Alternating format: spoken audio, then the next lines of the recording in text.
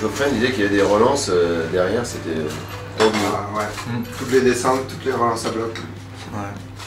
Comme chaque matin, Jean-René vient prendre un café avec les coureurs, un rendez-vous incontournable pour prendre la température.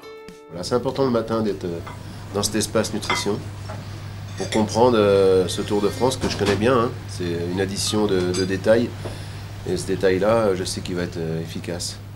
Je la sens bien cette équipe, je la sens bien unie. La musique qui marche au pas, cela ne me regarde pas. Je ne peux pas le tort à personne en n'écoutant pas le clairon qui sonne. Mais les braves, j'en aime pas que l'on suive une autre route que. Non, les braves, j'en aime pas que l'on suive une autre route que. On révise nos classiques. Non, c'est très bonne musique ça. Et qui est DJ du coup? Le Kouz, mais on a un peu les mêmes playlists. Ça tourne souvent autour de Bachung, Brassens. Après, ça dépend les moods. Hein. On peut mettre du flamenco, on peut mettre plein d'ambiances. Hein. Même c'est vrai que très peu de techno et de musique instrumentale. On est plus paroles. On est plus mood, tu vois. Je veux dédier ce poème à toutes les femmes qu'on aime. Aujourd'hui, Nicolo a du pain sur la planche, car en toute logique, les 186 km séparant Gap de Privas se termineront par un sprint massif. Oui, c'est une belle étape et c'est déjà la 5e, c'est un peu de fatigue, mais je suis bien et j'espère de faire un bel sprint. Ce genre d'étape, Geoffrey, poisson pilote de Nicolo, les aborde avec davantage de concentration.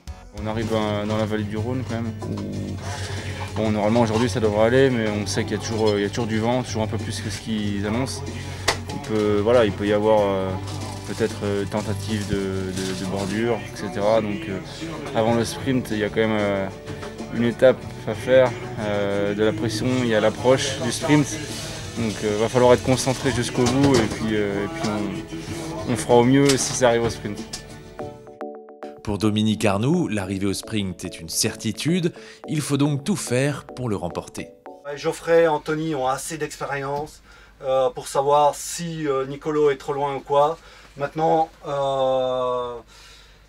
je pense que Nicolo, forcément, il faut pas virer au-delà de la 10e place ici. Hein. Parce que là, c'est en file indienne. Hein. Oui. En file indienne. Hein. Moi, je sais pas comment vous voyez ça.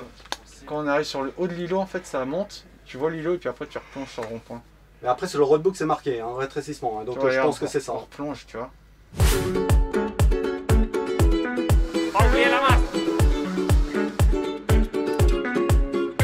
Ciao.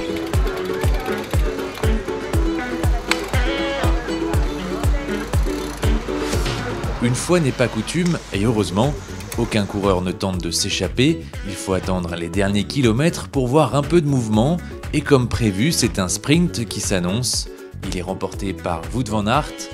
Avec un final tortueux, Nicolo s'est fait enfermer et n'a pas pu s'exprimer. Oui, ça roulait tranquille tous les jours et ça roulait très vite dans le final. C'est un jour pareil, c'est un jour très dur pareil. Et l'arrivée, les derniers 100 km, ça monte un peu, la route ça monte un peu et je pense que nous sommes un peu derrière. C'est difficile de remonter pour le final et les derniers kilomètres, la route c'est plus petit et c'est difficile le placement et voilà, c'est une journée nulle.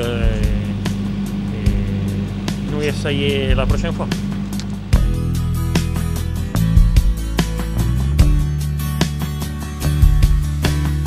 Demain, il faudra parcourir 191 km pour allier le Teil au Mont Igual, avec une belle ascension dans les derniers kilomètres.